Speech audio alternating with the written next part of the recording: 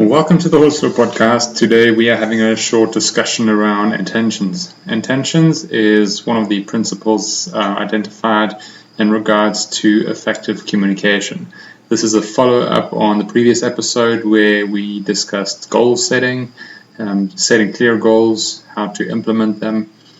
This follows up exactly in regards to our mindset and the way we implement our goals. Intentions is purely the picture, the vision that we see within our head. And when we do that, when we set clear intentions and we are sincere with our intentions, it reflects throughout our body language. And this is why it is such an important element, or such an important principle rather. Horses are exceptional body language readers. Their lives depend on it. So in nature, all your prey species are very intuitive in regards to movement. They've got peripheral vision more so than binocular vision or focused laser-like focused vision. They're more peripheral, so they pick up on movements, subtle movements and cues in the environment that change much better than most other animals in regards to predators and omnivores and so on. As humans, we're omnivores and we've got binocular vision, so we focused on a very narrow field where horses can see nearly right around them all the time. So when we have pure intentions, the subtle cues and changes within our body language is what the horses pick up on. And this is where we start mentioning that horses read our intentions. It's really a wonderful feeling when you start winning your horse over and you've got their trust and confidence and you start performing or riding or just interacting in any way. And your horse reads your body language so well that you just thought about something and then your horse acts on it. And essentially that's where you want to get to. And dressage rules puts this really nicely where it focuses on having a happy athlete working in harmony. And the only way you can work in harmony with your horse is when they are reading your intentions.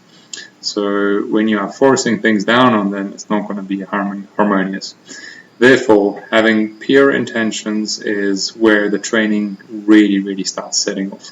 When you start having clear intentions and you picture the goal in your head, exactly what you want your horse to achieve, how you want him to achieve it, and envisioning also your aids and cues that you are giving your horse and how you wish for him to respond. Then you work up on the levels of pressure and then you start applying physical pressure, vocal, physical, whatever you'd like to do for that instance. But it all starts with pure intentions and from there on you follow up. Like I mentioned, it's going to be a really short discussion. It's just a bit of a brief identification of this principle, and then we'll discuss more around this principle every time we advance into further discussions around active and passive body language and also release of pressure and applying pressure. All those things will have some element of intentions in every discussion, and you can hear that from any professional or international performance rider, whether it is Olympic dressage riders or international race jockeys or eventers or whatever it might be. We all have a bit of a thing around intentions, and every person who's put their dedication and life's work in the horse's hands, whether in my instance it's a bit more in regards to life or death situations where we'd face lions and elephants from horseback, where you really rely on your life with your horse reading your intentions in a sense. So therefore I feel the need to discuss this principle, and I'm very sure it's going to reflect a lot with all of you sport riders out there and also other horse enthusiasts.